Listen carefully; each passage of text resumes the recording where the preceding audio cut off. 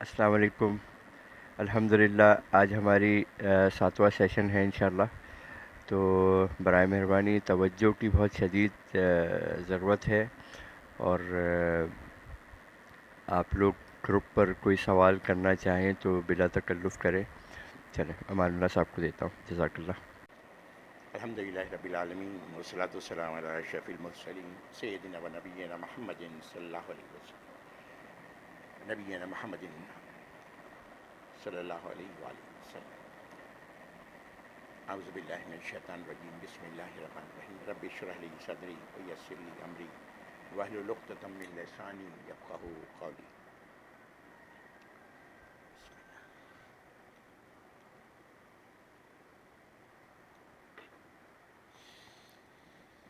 السلام علیکم ورحمۃ اللہ وبرکاتہ۔ یہ غالباً 7ویں نشست ہے، اور یہاں تک اگر ہم انشاءاللہ آج، میں نے عرض کیا تھا پہلے کہ آیت نمبر 29 تک یہ بڑی اہم آیات ہیں۔ اگر یہ سمجھ میں آ گئیں، دل میں بیٹھ گئیں، تو انشاءاللہ اللہ کی رہنمائی ہوگی ہمارے لیے۔ میں بات شروع کرنے سے پہلے پھر وہی جملے دہراتا ہوں، معاف کیجیے گا، میرے ان جملوں کو غور کیجیے گا کہ میں کیوں اسے بار بار دہراتا ہوں۔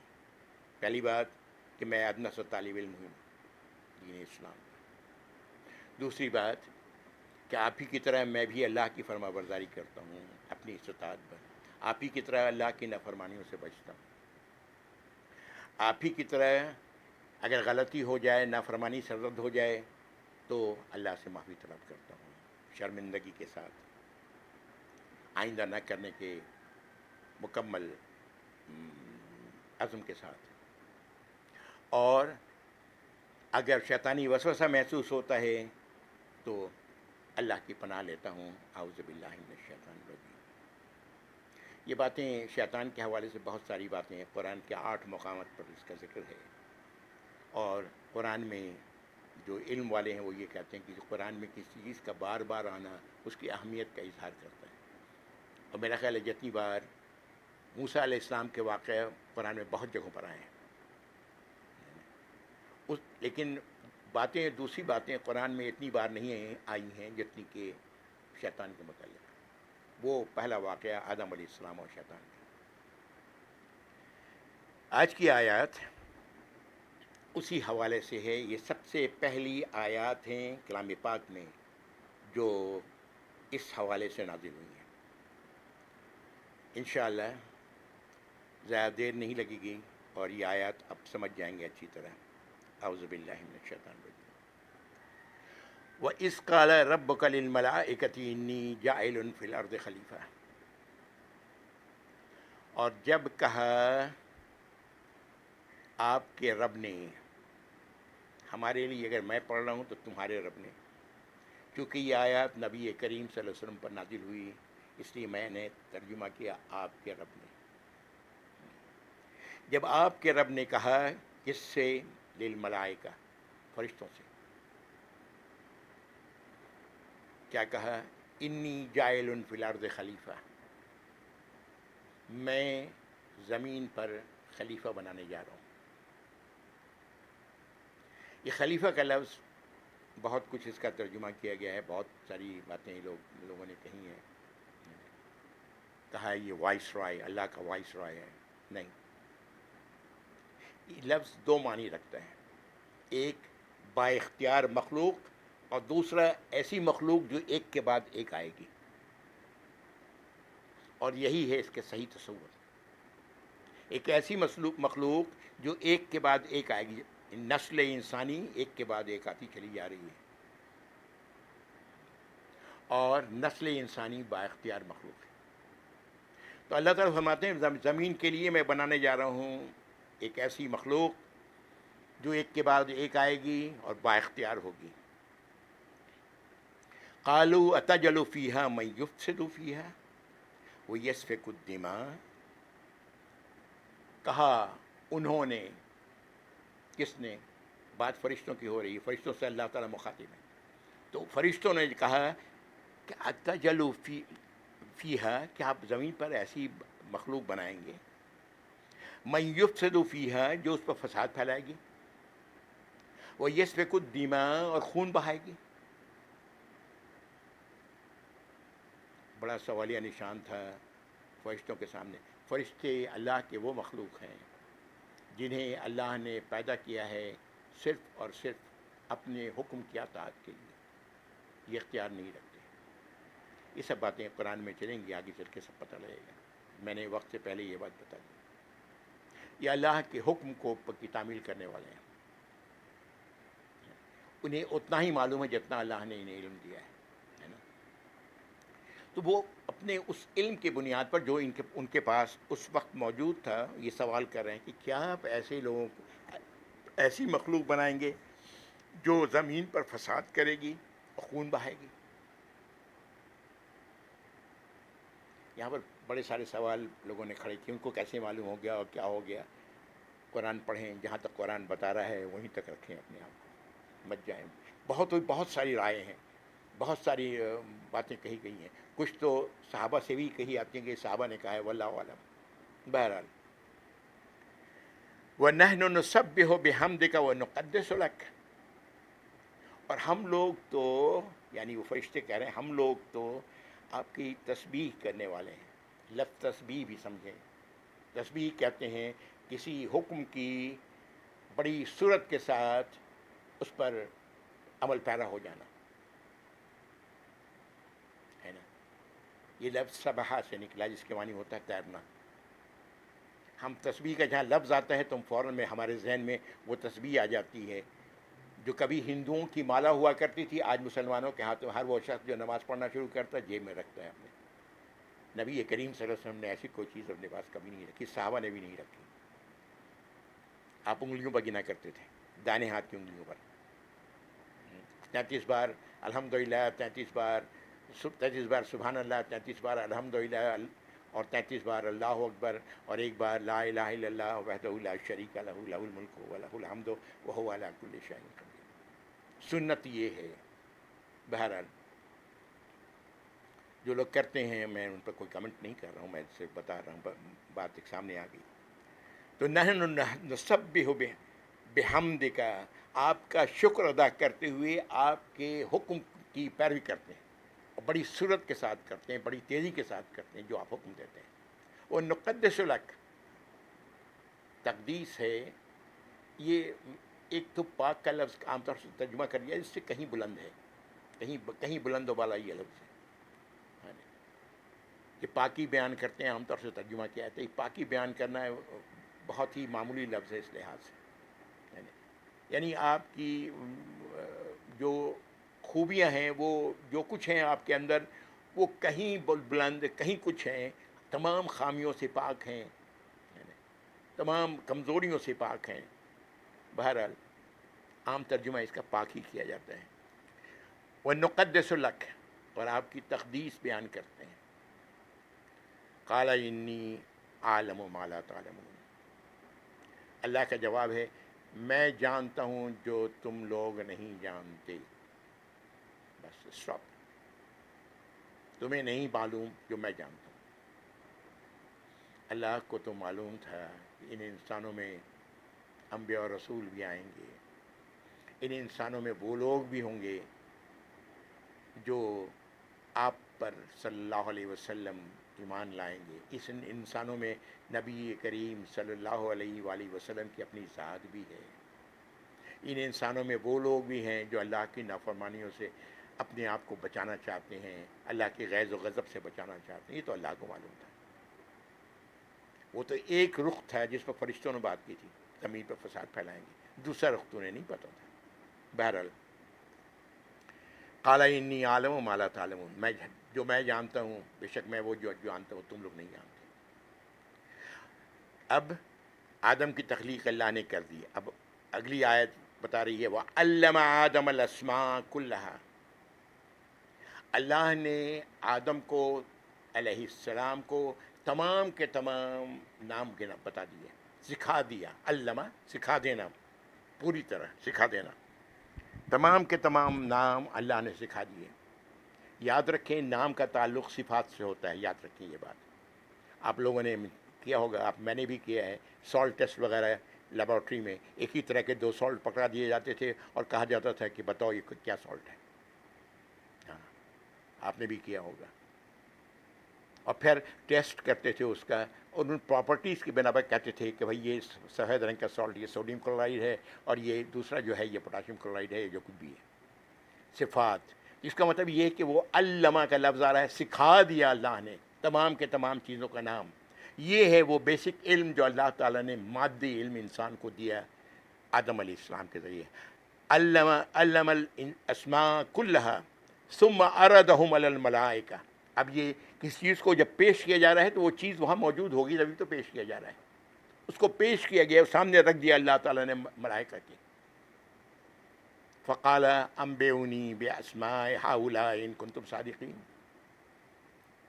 ان کے نام بتاؤ، ان کے بارے میں بتاؤ اگر تم علم رکھتے ہو اور اپنی بات میں تم سچے ہو جو تم نے کہا کہ یہ فساد کرے گی، یہ کرے گا خلیفہ یہ انسان، تو بتاؤ ان چیزوں کے نام بتاؤ.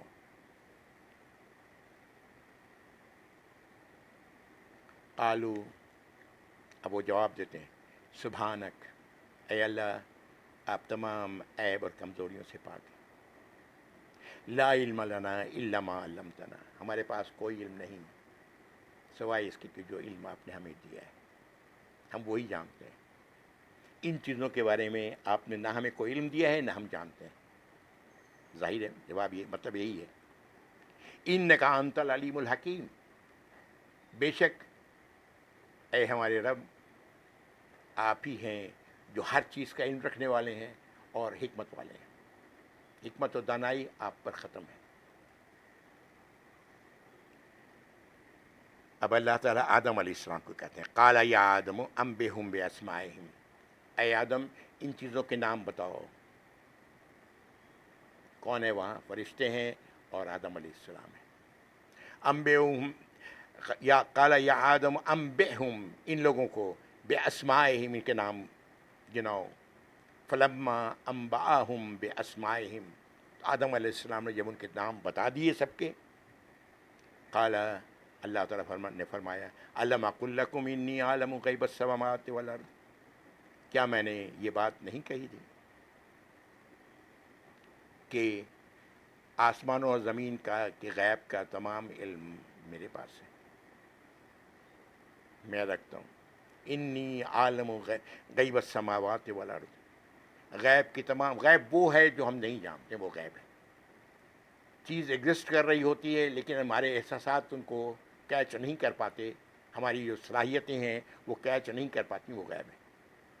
مثال کے طور پر اللہ تعالیٰ نے نبی کریم صلی اللہ علیہ وسلم کی ایک حدیث ہے جہاں قرآن پڑھا اور پڑھایا جا رہا ہوتا ہے، فرشتے اس جگہ کو ڈھانپ لیتے ہیں. کہاں ہے فرشتے؟ ہماری آنکھیں تو نہیں دیکھ رہی، غیب ہے نا. تو انی عالم غیب السماوات والارض، کہ بے شک میں ہوں جو پورا مکمل علم رکھتا ہوں غیب کی، ان تمام چیزوں کی جو آسمانوں میں ہیں اور زمین میں ہیں. وعالم ما تبدون وما کنتم تکتمون، اور ہم یہ بھی جانتے ہیں جو تم چھپاتے ہو، جو تم ظاہر کرتے ہو اور جو تم چھپاتے ہو. فرشتے بیچارے تو کچھ چھپانے والے تو ہیں نہیں، وہ تو ایک سفید صفحے کی طرح ہیں، جو حکم ملتا ہے وہ کرتے ہیں. یہ اشارہ کس کی طرف ہے بعد میں پتہ لگے گا کس کی طرف ہے یہ اشارہ. وَإِذْ قُلْنَا لِلْمَلَائِكَةِ اسْجُدُوا لِآدَمَ، اور جب ہم نے حکم دیا فرشتوں کو کہ سجدہ کرو آدم کو، فَسَجَدُوا، تو سب نے سجدہ کیا، إِلَّا إِبْلِيسَ، سوائے ابلیس کے. ابلیس کوئی تھا جس نے سجدہ نہیں کیا، ہے نا. اس سے ظاہر ہو رہا ہے کہ ابلیس کو بھی سجدہ کرنے کا حکم ملا تھا. الا ابلیس، آ رہی یہ بات کہ ہم نے حکم دیا تمام فرشتوں کو. یہ قاعدہ ہے کہ عربی کا خاص طور سے قاعدہ ہے کہ اگر یہاں پر 50 مرد ہیں وہاں پر 5 عورتیں بھی ہیں تو مرد کو ہی مخاطب کیا جاتا ہے، عورتیں اپنے آپ مخاطب ہو جاتی ہیں اس میں. یہ عربی کا قاعدہ. ایسے بھی ہم لوگ اردو زبان میں بولتے ہیں کہ مرد بھی ہوں تو کہتے ہیں آپ لوگ یہ کام کریں، عورت کو تو انداز مختلف ہوگا، لیکن نہیں، ایک ہی جملہ استعمال کرتے ہیں جو مردوں کے لیے عورتوں کے لیے دونوں کے لیے ہوتا ہے. تو بہرحال اللہ تعالیٰ نے یہاں پہ کہہ رہے ہیں کہ ہم نے حکم دیا فرشتوں کو کہ سجدہ کرو آدم کو. وَإِذْ قُلْنَا ہم نے کہا فرشتوں کو اسجدو لآدم سجدہ کرو آدم کے لیے. فسجدو ان سب نے سجدہ کیا الا ابلیس سوائے ابلیس کے. ابا واستکبر وکان من الکافرین. ابا انکار کیا، استکبرا تکبر کیا، انا تکبر انسان آنا ہی کے بجائے اب تو کرتا ہے. تکبر کیا اور وہ تھا کافروں میں سے. غور کریں، وہ تھا کافروں میں سے، انکار کرنے والوں میں سے. یہ الفاظ غور کریں، وہی کافر لفظ اس کے لیے استعمال کیا جا رہا ہے. وَقُلْنَا يَا آدَمُ اسْكُنْ أَنْتَ وَزَوْجُكَ الْجَنَّةَ وَكُلَا مِنْهَا رَغَدًا حَيْثُ شِئْتُمَا.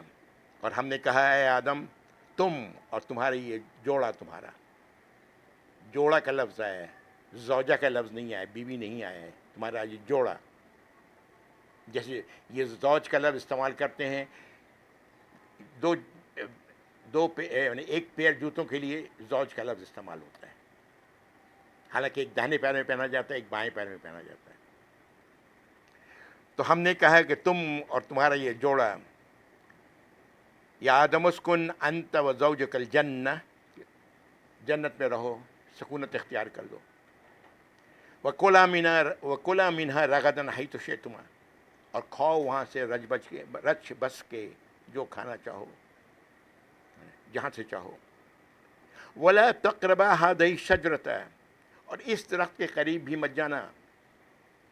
فَتَكُونَ مِنَ الظَّالِمِينَ، اگر تم ایسا کرو گے تو ظالموں میں سے ہو جاؤ گے. یہ بھی قرآن کی ایک اصطلاح ہے، بار بار آئے گی. ظلم کو عربی میں، ظلم کے معنی ہے عربی میں کسی چیز کو مس پلیس کرنا، کسی چیز کو صحیح مقام سے ہٹا کر دوسرے مقام پر رکھ دینا، یہ ظلم ہے. عربی کی ڈکشنری ظلم کے معنی یہ ہے.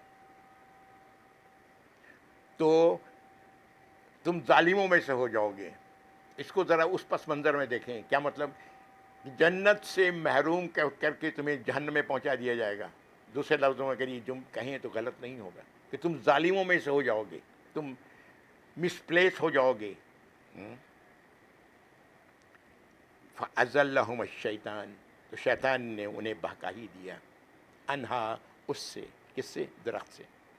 وَأَخْرَجَهُمَا مِمَّا كَانَ فِيهِ، اور نکلوا دیا انہیں جہاں وہ تھے. وَقُلْنَا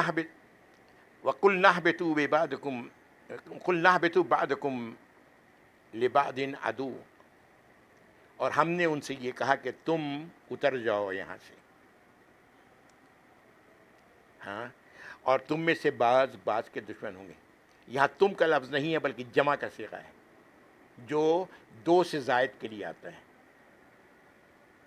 اب یہاں پر تیسرا کون ہو سکتا ہے جس کے لیے اللہ نے جمع کا صیغہ؟ قرآن عربی زبان میں ایک کے لیے بولا جاتا ہے، دو کے لیے بولا جاتا ہے، اور پھر دو سے زیادہ ہو تو یہ جمع کا صیغہ استعمال کیا جاتا ہے. پہلے کو واحد، دوسرے کو تثنیہ جس میں دو کے لیے، اور جب دو سے زائد ہو جمع کا صیغہ استعمال ہوتا ہے. یہاں وہی صیغہ استعمال ہوا ہے.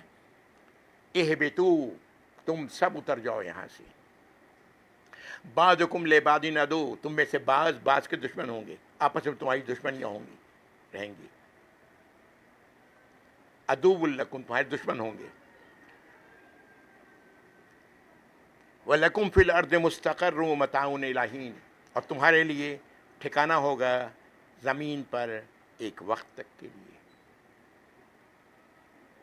ہم زندہ ہیں زمین کے اوپر، ہم مرنے کے بعد زمین کے اندر ہی جائیں گے، وہی ٹھکانہ ہوگا.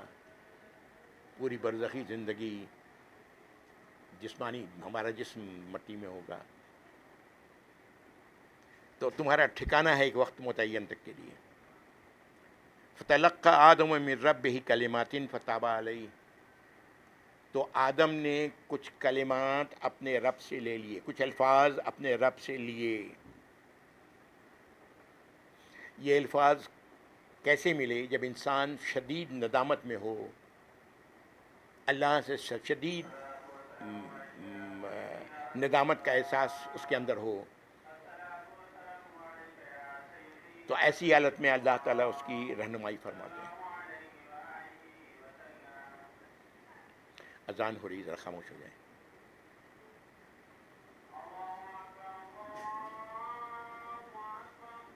بند کر. صراط القائمة وسیلة وبت مقام محمود الذی وعدتہ. جی، تو جب انسان انتہائی پشیمانی میں، ندامت میں، پچھتاوے کے ساتھ اللہ کی طرف رخ کرتا ہے، اللہ تو رب ہے، اللہ بے انتہا شفیق ہیں. اللہ تعالیٰ نے وہ کلمات آدم علیہ السلام کو دیے، اور آدم علیہ السلام نے ان کلمات کو لیا. اس کے ذریعے فتلقى آدم من ربہ کلمات فتاب علیہ، ان کلمات کے ذریعے اللہ سے اپنے کیے پر پچھتاوے کا اظہار کیا، توبہ کیا. توبہ کہتے ہیں پلٹنے کو، اللہ کی طرف پلٹنے کو. یہ بھی قرآنی اصطلاح ہے. هو التواب الرحیم، اللہ تو بہت ہی زیادہ توبہ کو قبول کرنے والے اور رحم فرمانے والے ہیں. یہاں پر جنت کے بارے میں پڑھیں گے آپ اگر تفاصیر، تو یہ وہ جنت تھی جس کا جو آخرت میں ملنی ہے، وغیرہ وغیرہ بہت ساری باتیں. حق تو یہ ہے کہ عربی میں جنت ایک باغ کو کہتے ہیں. اللہ تعالیٰ کے لیے ایک ایسا باغ بنا دینا کہیں پر، ایک اونچی جگہ پر، اس لیے کہا جا رہا اتر جاؤ یہاں سے، کہیں اونچی جگہ پر، جس میں وہ تمام ساری چیزیں ہوں جس کا ذکر پھر آگے دوسرے مقام پر بھی آئے گا. یہ نہ کپڑے کی حاجت تھی، نہ بھوک کا مسئلہ تھا، نہ پیاس کا مسئلہ تھا، کھانے کے لیے ہر قسم کی چیزیں دستیاب تھیں، وغیرہ وغیرہ وغیرہ. یہ جنت میرے اپنے سمجھ کے مطابق زمین پر کہیں تھی. اللہ نے خاص طور سے آدم علیہ السلام کے لیے تیار کی گئی تھی، آدم اور حوا علیہ السلام کے لیے. قُلْنَا اهْبِطُوا مِنْهَا جَمِيعًا، پھر دیکھیں لفظ جمیع آ گیا، جو ظاہر کر رہا ہے کہ کوئی اور بھی ہے ان دونوں کے علاوہ. ہاں، بتاتے چلوں کہ یہ شیطان تھا جس نے انہیں دھوکہ دیا، وہ ابلیس تھا جس کا ذکر ہوا، جس نے سجدہ نہیں کیا. یہ کون تھا، کیا تھا، آگے چل کے قرآن میں پتہ لگے گا. لیکن بہرحال صرف جان لیں ابھی اتنی سی بات، یہ جنات میں سے تھا. ظاہر ہے جب اللہ فرشتوں کے ساتھ اسے بھی حکم دیا جا رہا ہے تو اس کا بھی کوئی مقام تو ہوگا اللہ کی نظر میں. بہرحال اتر جاؤ یہاں سے، اور جس جنت کی بات کرتے ہیں وہ جنت جو آخرت میں اللہ نے رکھی ہے، اس جنت کے بارے میں ایک حدیث ہے. پوری حدیث میں آپ کو نہیں، کسی اور موقع پہ بتاؤں گا کہ اس جنت کے بارے میں اگر اس جنت کو کسی نے بھی دیکھ لیا ہوتا تو اب وہ اپنی جی جان لڑا دیتا. یہ جبریل علیہ السلام کے الفاظ ہیں. تو وہاں اس ابلیس کا کیا گزر جس کو اللہ تعالیٰ کافر کہہ رہا ہے. بہرحال قُلْنَا اهْبِطُوا مِنْهَا جَمِيعًا، اتر جاؤ یہاں سے سب کے سب. وَإِمَّا يَأْتِيَنَّكُم مِّنِّي هُدًى، اور جب آئے تمہارے پاس، اور لازماً آئے گی، زور ہے اس میں الفاظ میں، آئیں گی اور ضرور آئیں گی.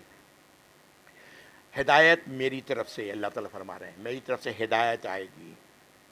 فمن تبع ہدایہ، تو جس نے اس ہدایت کی پیروی کی، فلا خوف علیہم ولا هم یحزنون، اس کے لیے نہ کوئی خوف ہوگا نہ کوئی غم. خوف کا تعلق مستقبل سے ہوتا ہے، غم کا تعلق ماضی سے ہوتا ہے، یاد رکھیں. نہ ماضی کا اسے کوئی غم ہوگا، نہ مستقبل کا کوئی خوف ہوگا. کس کے لیے؟ جس نے ہدایت کی پیروی کی. یہ ہدایت ہی ہے جو ہمارے ہاتھ میں ہے، اللہ کی ہدایت ہے، اللہ کے کلام میں. یہ ہدایت ہی تھی جو 5 ہم نے شروع میں ہم نے دیکھی. تو جس نے ہدایت پر عمل کیا اس کے لیے نہ کوئی خوف ہوگا نہ کوئی غم. والذین کفروا وکذبوا بآیاتنا، اور جس نے ہماری آیات کا، آیات قرآنی، ہماری آیات کا انکار کیا. وکذبوا، یہ لفظ دوبارہ آنے کی ضرورت نہیں تھی، ضرور آئی ہی، ضرور اس کا کوئی مقصد ہے. کذبوا، جھٹلایا. یہ جھٹلانا یہی ہے کہ ہم نے مان تو لیا لیکن کرنے کو تیار نہیں. کیا کر رہا ہوں؟ جھٹلا رہا ہوں نا.